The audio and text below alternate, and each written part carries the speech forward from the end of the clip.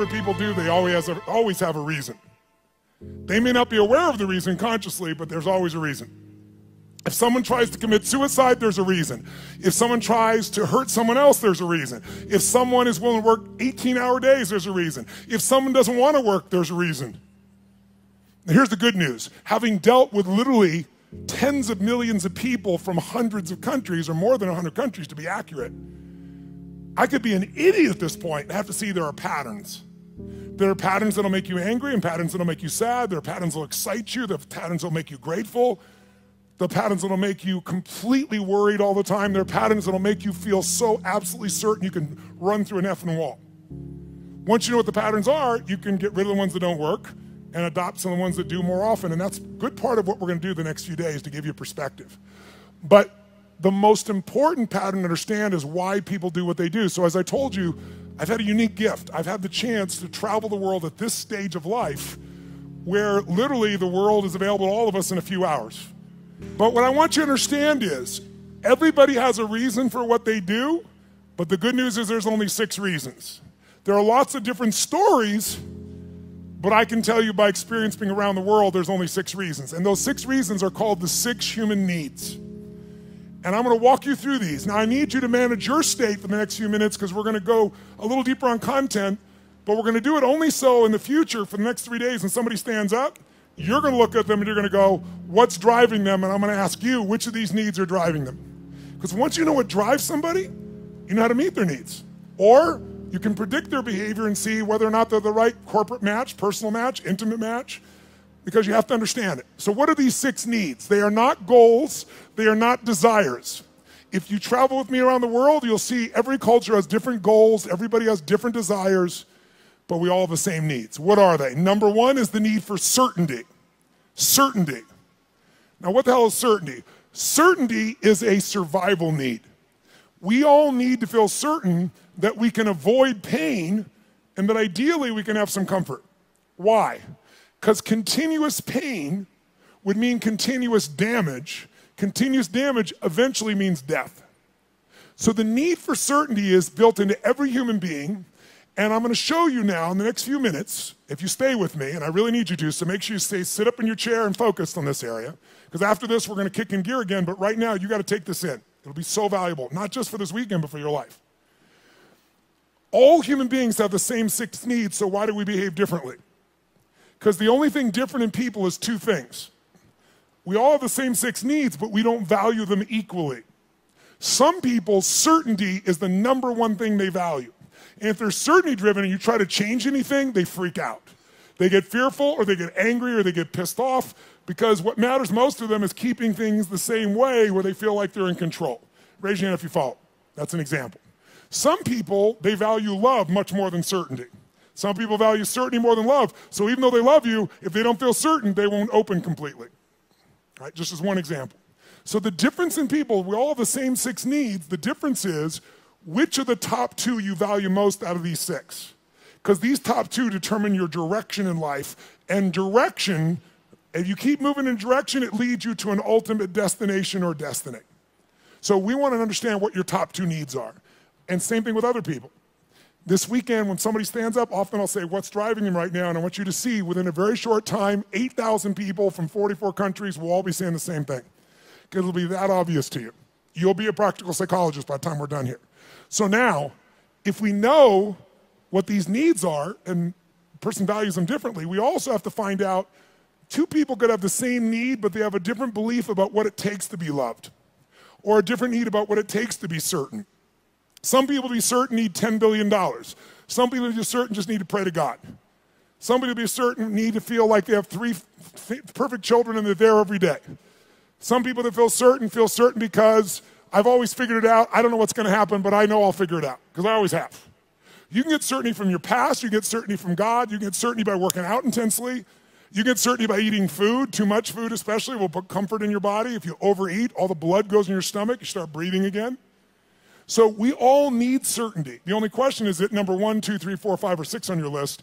And the second question is, what does your brain say has to happen to be certain? Some people have certainty that's impossible to meet. The young lady over here who was sitting in the chair before we intervened had a blueprint that's never going to be met. it literally would make her unhappy regularly. So we got to know what needs you're after and what's your blueprint. How many got a feeling, at least, when I'm explaining here right now? It makes some sense to you. Say, I. Awesome.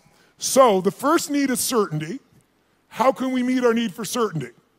We can do it in ways that are positive, neutral, or negative. I can get certainty in a heartbeat if all I want to do is get really pissed off and freaked out about something. When you get angry, do you get certain, yes or no? You better believe it. So some people get angry all the time because it's their way to get certainty in a life that's uncertain. It has all kinds of negative side effects, but it works in the moment. So listen to me now. Most people meet their needs in a way that works in the moment, but not long term. So they feel good for a short time, like a sugar high, and then they drop emotionally, and they got to do it again, whether it's food or smoking or drinking or whatever it is. So you can meet your needs in positive ways, neutral ways, or negative ways. So if I came along here and I said, what's your name, sir? Chase. Chase, I want to make a deal with you. How much do you weigh? 246. We're going to weigh you in 5 minutes. He says he weighs 246. If you're within that range, I'm fine. Here's my deal. I will give you, I'm going to put $50 million US cash tonight into an escrow account for you. They're going to weigh you. If you lose 50 pounds tomorrow morning by 8:30 a.m., you will receive that 50 million, otherwise they get it back. Can you do it, yes or no? No? Sure you can. Take off a leg, take an arm, we can get your ass there. There's no question, Chase. Is the goal obtainable, yes or no? Is it achievable? Is it obtainable, yes or no? But it's not sustainable, and that's how most people meet their needs. They use a drug or alcohol or food or cigarettes or something to get comfortable, to get certainty back. But the problem is it has side effects long term. Works in the short term, doesn't the long term. Raise your hand if you follow. Say I. So you could get certainty by overeating or smoking or drinking. What happens when you smoke a cigarette? Take a deep breath in and you blow it out nice and long and slow, full exhale. When most of you are stressed, how many have noticed that you either stop breathing or you breathe really shallow? How many have noticed this in the past? So you smoke a cigarette, and in the moment, it meets your need for comfort and certainty. It's killing you, but it works short term. That's how most people live their life. You can get certainty by working out. If you go on a run really intensely, or you go lift weights, and you push yourself, and all that blood starts pulsing through you, do you feel certain, yes or no? And what's the downside? Zero. So there are ways to meet your needs that are empowering, neutral, or disempowering. The parts of our life we don't like are problems. Why would we keep a problem? We're all capable of solving it. Why would we keep a problem? The only reason you have a problem that's stuck around is because it meets some of your needs. Not all of them, or you wouldn't want to get rid of it. But enough of them that it makes it hard to give up. It's kind of like, who's ever been in a relationship way too long? Let me see a show of hands. And how many knew it was wrong while you were there? Let me see a show of hands. So why the F did you stay there? Because of the uncertainty. Because, well, I'm not thoroughly happy. I'm kind of unhappy, but I might be worse if I was totally alone. What if this is the best one I'm ever going to get and I screwed it up? But what happened was most of you had that feeling, talked yourself back down into the relationship multiple times until one day you hit a threshold where your brain went, it was painful in the past, it's painful in the present, it's going to be painful in the future, I'm out of here. Who's done this before? Say I. So there is a threshold that we can find, and if we find that threshold, we can break through it pretty damn easily. We can shift, we can get to where we really want to go. So what I want you to get is, of these 6 needs, we all find a way to meet them. The only difference again is which are your top 2 out of the 6, and I've told you certainty so far. And what are your beliefs or rules, or what's your blueprint on how to get that? Her blueprint was please everybody, which is impossible, so it won't work. Raise your hand if you follow, okay? So let's take a look. What's the second human need? Well, first of all, you can get certainty in so many ways. You get certainty by praying to God. You can get certainty by doing a ritual the same way every time. You can get certainty by lowering your expectations, saying nothing ever works, nothing ever will, everybody screws things up. You'll lose your dream, but you'll gain your need. By the way, jot this down. People will give up their goals and dreams to meet their needs. People will give up their goals and dreams. They'll even give up their own values to meet their needs. I'll give you an example. How many of you in this room consider yourself to be an honest person, very honest person? Raise your hand if you consider yourself to be very honest. Raise your hand nice and high. Okay, drop your hand. Raise your hand if you lie. Let me see your hands if you lie. You can explain this to me, will you? Here's how it works. See, in your mind, you know who you are. Why would someone lie who values honesty? No one told you to be honest. You want to be honest. Because if you think being honest is going to cost you one of your needs like love or certainty, you'll lie. You'll call it a white lie, but you'll lie. Who knows what I'm talking about? Now, there's some people that never lie because they value certainty of always telling the truth so much. Right? It has to do with their rules or their belief structures. Does this make sense? So tell me something. You can meet the need for certainty so many ways, right? So here's the question. You can go ahead. Here's the question. What if you were certain every moment of your life what was going to happen before it happened? What if you knew what people are going to say before they're going to say it? What if you could feel what they're going to feel? What if you knew every moment before it happened what people are going to say and do? In the beginning, that would feel really exciting. But after a while, if you know what's going to happen, when it's going to happen, how it's going to happen, tell me what you're going to feel after a while. What are you going to start to feel? Tell me. What? Bored out of your mind. That's why God, in her infinite wisdom, gave us a second human need. And that second human need is uncertainty. We have a need for uncertainty. We have a need for surprise. We have a need for variety. In fact, what's the phrase? Variety is the what of life? Spice of life. Now, how many of you in this room, raise your hand, how many of you in this room love surprises? Raise your hand if you love them. Say I. Bullshit. You love the surprises you want. The surprises you don't want, you don't want. You call them problems, don't you? So don't tell me you like surprises. You like the surprises you want. Here's my point. Can you meet more than one need with the same action or emotion or belief system? Yes or no? Write this down. Anytime your mind perceives that doing something, believing something, or feeling something meets at least three of your needs. So anytime your mind perceives that doing something, feeling something, or believing something meets at least three of your needs, then you will become addicted to that thought, that feeling, that emotion, or that action. You can be positively addicted or negatively addicted, but you're going to be addicted. Anytime your brain perceives that something you believe, do, or feel meets three of your needs, you'll get addicted to it. Now, I'm going to show you why this is important. Let's look at two needs for a second. Is it possible to meet your need for certainty and uncertainty simultaneously, even though they're opposite needs, yes or no? I'll give you an example. Who here has ever rented a movie that you've already seen? Let me see a show of hands. Get a life. Now, I've done it too. Why would we rent a movie we've already seen? We'd rent it, why? Because we've seen it before, so we're certain it's good, and we're hoping it's been so long we forgot enough it'll be variety when we watch it again. Who knows what I'm talking about here? Say I. So you can meet both needs, but if you meet three needs, you'll become addicted to that behavior. Whether it's a good behavior or bad behavior, doesn't matter. It'll be a positive addiction or negative addiction, but you'll be addicted. So let me give you, how do you get variety? You can get variety in positive ways, negative ways, or neutral ways. You can get variety by learning, growing, taking on a new goal, a new challenge. You can get variety through a conversation with a friend. You can get variety by praying to God. There's so many ways to get variety, aren't there? But you can also get variety in negative ways. You can smoke a joint, and maybe that's not a negative way, but it sure will change your state. But it has side effects, right? During that time, you're not going to function maybe at the same peak or understanding. Or some people use other things, cigarettes, alcohol, anything. There's so many ways to get variety.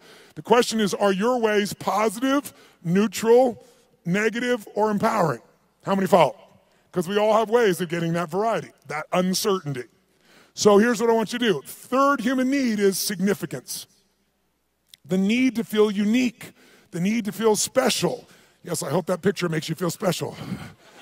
Okay? The need to feel unique, special, important. Who has the need to be needed, to feel special, unique, and important? Who do you think has that need? Who has it? Tell me who. What about people who say, I don't want to be special? Do they still want to be special? Yes or no? You bet your ass they do. Thous protest too much. Now, they don't want to be so special that you attack them. They might want to stay undercover, so to speak, but they still want to feel special. They want to feel unique. They want to feel needed. They want to feel important. So there are lots of ways to feel special. You can do it by working your ass off, taking huge risks and achieving something to feel special, or you can tear down everybody else that's trying to build something. Because there's two ways to have the tallest building in town. One is work your ass off, take risks, build the tallest building. The other one is blow up everybody else's building. And by the way, which one's faster? Which one's easier? Which takes less intelligence and less money? Tearing shit down. It happens faster. So that's why we've always had violence, and we always will unless there's a consciousness change. If I live in a tough part of the community, I'm in the hood, and you can walk through my community and you don't notice me, and I feel insignificant, I might take things into my own hands to feel significant. If all of a sudden I put a gun to your head, tell me on a 0 to 10 scale, how certain am I you're going to respond to me now when I put that gun to your head, 0 to 10? 10 is absolute, 0 is not at all. Where would you put it? Quick. Yeah, 100. Is it true? But also, when I put my gun to your head, how significant am I to you in your life, even if you didn't know me a minute ago? If I got a gun to your head, how significant am I, 0 to 10? 100. I'm the most significant thing in your life, and a moment ago you didn't know I existed. And I don't need any intelligence, I don't need background, I don't need education, all I need is a gun and the will to do it.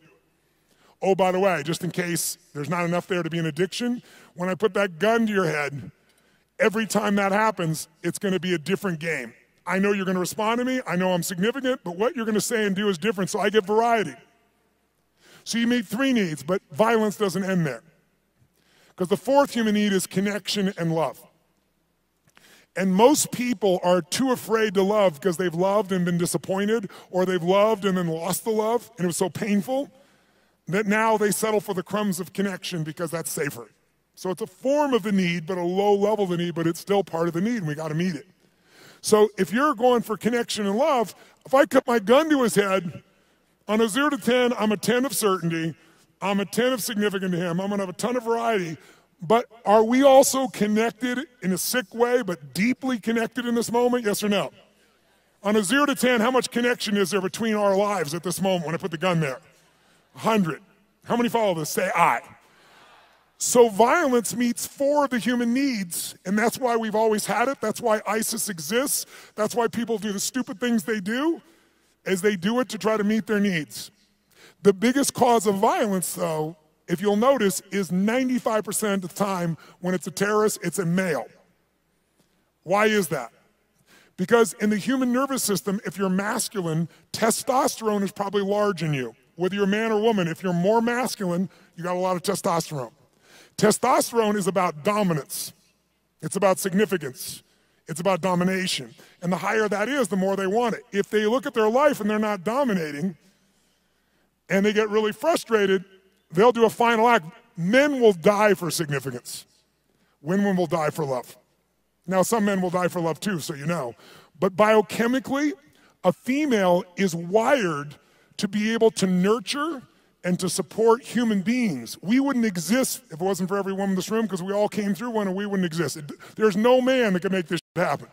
But the women have, and the reason is because they have that connecting power as their strength. Now, can any man become more love-driven? Yes. Can any woman be more significance-driven? Yes. But our biochemistry leads us that way, which is why a terrorist will come up and do what they're doing and kill someone, because all they give a shit about is domination, is that I'm significant. And they want certainty in a world where they feel uncertain. And they want variety in a life that is incredibly boring in the middle of the fucking desert where there's nothing. And no one's working, where you got 30% of the population unemployed. What am I going to do, work at McDonald's or go kill people? Kill people feels more exciting right now. How many follow what I'm talking about here? Say I. Now, can you get significance in positive ways? Of course. You can be significantly more generous than anyone else, and that generosity gives you a sense of significance because you know you're really a giver. You're not trading, you're not exchanging, you really are giving. And it makes you feel full. It makes you feel significant because you know the truth. No matter what you tell people verbally, you know what's true inside. And no one can mess with that. You can get significance by the way you dress. You can have significance by having more tattoos and earrings in more locations than any of us want to know. But the bottom line is you can know more about box scores and sports to be significant. Everyone finds a way to be significant. Most people find a way to be significant by having a significant problem. Why? Because if I'm really successful, you might like me for a while, but after a while, most people get annoyed with someone who's always happy and successful. Yeah, easy for you! Who knows what I'm talking about here? Raise your hand, right? But if you got big-ass problems, who's going to be upset with you? You're not competing with them. So you have huge problems and go, oh, I understand. But if you're doing really well, it's like easy for you. So most of us unconsciously learn to create big problems as a way to connect because it's the safest way to connect and not be rejected. Some of you do it like she does by trying to please everybody all the time. Thinking if I please you enough, then you'll come to me. You'll give me what I'm really wanting too, which is what she wants. But it doesn't work that way. It works sometimes, but not all the time and not even the majority of the time. How many follow here? Say I. So we have what needs so far? Number one is, nice and loud, number one is certainty. Certainty you can be comfortable. You can avoid pain. You can survive. You can be comfortable. Second human need is the need for uncertainty. Also need for variety or surprise. What's the third human need? The need for to feel unique, to feel special, to feel important. Who has that need? Who has that need? Everyone. And the fourth need is the need for connection, and most people settle for connection because love is too scary, because they loved and it was so wonderful and it went away and they don't want that pain anymore. So they want love, but they settle for connection. So if you can't get love or connection anywhere else, buy a dog. Don't get a cat, they're independent, get a dog. Is it true? You can be the dumbass owner, you can not even feed them, you can leave for 5 hours, you can leave for 5 minutes and it's like you've been gone for 6 months, they're so excited, right? So anyone can feel connection and love. You can do it through prayer. You can do it through good gifts. You can do it by dressing special. You can do it by having big problems. The only question in life is not whether you're going to meet your needs. The only question is how. And is it obtainable or sustainable? Is it empowering, neutral, or negative? And if you want to change your life, willpower never lasts. But when something meets more of your needs, it's effortless. If you want to know what the biggest addiction is in our culture, it's not alcohol, it's not some form of prescription drug, it's not an illicit drug, it's problems. Because problems allow us to try to deal with our deepest fear that we're not enough and we won't be loved by saying, it's not me, it's this problem. It's just that I have ADHD, it's just that I've been through this, so most people meet their needs through problems. Unfortunately, they don't meet their deepest needs, because up until now, we've described the first 4 needs, which are the basic needs of your personality. But everyone, by the way, finds a way to meet these first 4 needs. Even if you have to lie to yourself, if you got to work 20-hour days, you will find a way to meet your need for certainty, uncertainty, significance, even if it's just you have worse problems than anybody else, connection to yourself, you will find a way. But the final 2 needs are the needs that create fulfillment, and they are the spiritual needs, not religious, but spiritual. The 5th human need is growth. We've already said it. We grow or we what? There's no way around it. If your business isn't growing, it's dying. If your relationship isn't growing, it's dying. There are no plateaus in this life. Who's with me here? Say I. So growth is life. And if you want a one-word key to happiness, I'll give it to you right now because it's real obvious having worked with millions of people. Progress equals happiness.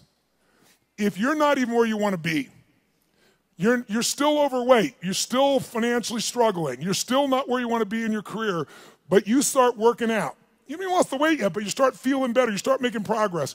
Or you start to change that business. Still not there yet, but you're making progress. Or change that relationship, or change your body, or change your health. Anytime you start making progress, your happiness will go through the roof. Anytime you achieve things and you don't set up something new to go for quickly, you'll lose momentum, and in a short time you won't be so happy. Because the law of familiarity will come in, and this thing that once was this big dream will now just be something that you're used to. So the purpose of a goal is not to get the goal. The purpose of a goal is who we become to achieve it. What you get will never make you happy. Who you become will make you very happy or very sad, depending upon how you approach it and what you do with your life. So our approach here is we want to grow. And then the sixth human need is the need for contribution, the need to step out of ourselves. See, how many of you in this room, when something great happens, how many of you can't help yourself, you immediately want to share that with somebody you love? How many immediately that's your first thought? Say, I. Why? Because you can only feel so much yourself. I don't care if it's sex, drugs, rock and roll, whatever it is, there's only so much pleasure you can internally have. You want to share that concert with someone. You want to share that experience with someone because by sharing it becomes more. It's more than just you. Growth and contribution are our fifth and sixth needs. They are our spiritual needs. They are the needs that fulfill us. Everybody finds a way to feel somewhat certain, some variety, some significance, even if they got to tear people down, some connection. But very few people grow continuously and contribute continuously, which is where all the joy is. How many follow here? Say I. So we're going to make a couple distinctions. But first of all, can you meet somebody and in a few minutes start to pick up which needs might be driving them most? Yes or no? Yes or no? Of course you can. In fact, I'll give you an example. I was flying, I don't know, this was probably 5, 6, 7 years ago. I was flying this small plane across the country, and I was being the pilot. And I landed in Kansas City. And I landed in Kansas. And I'm in this little airport in Kansas, and I get out of the plane, and this young man comes running out, and he's like so enthusiastic and so, just such a sweet, good soul. You know, you immediately got a great hit off this kid. And he says, what can I do for you? I told him I'm just flying through, I just need to refuel. He goes, how much do you need? I said, just fill her up. He goes, no problem, I leave. As I leave him, come around the plane to walk up the steps to go into the FBO, the fixed-based operation where I'm stopping for the moment, I'm going to go up and use the facilities, and there's a young girl sitting on the stairs here, and she looks really intense. She's gothic, you know, that goth makeup. She's got, I don't remember the exact number, but like 15 earrings on one ear, one through the nose, really intense-looking little character. So I noticed her on the way in, and as I walk up the steps, I walk by her and go inside, and when I came back out, the steps are really wide, so I sat on the step just beside her. She's like one person away, and she looks up at me and goes, what do you want? I said, what do you want? She said, nothing. I said, nothing. And then we just sat there. She's like, you know, in her space. And I said, actually, there is something I'd like to know. I said, you don't have to tell me, but I'm going to leave here in a few minutes. You're never going to meet me again. Is that your boyfriend out there? She goes, well, sort of. Like she wants him to be, right? And I said, that's nice. I said, he seems like a really, really nice kid. He's not nice. He's strong, she tells me. I said, okay, well, I think he's strong and nice. She said, well, maybe he is. I said, you know, I'm going to leave in a couple minutes, but I'm just curious. I said, how old are you? She goes, what does it matter? I said, it doesn't, and I'm about to leave, so why don't you tell me? She said, I'm 13, and I about fell over. I mean, this girl, 17 would be the youngest I put her, totally made, you know, makeup made up in every detail, right? So I'm like, wow. She goes, are you surprised? I said, yeah, I'm really surprised. She goes, did you think I was older? I said, yeah. I said, and that kind of saddened me a little bit for you. She said, what? I said, I don't know.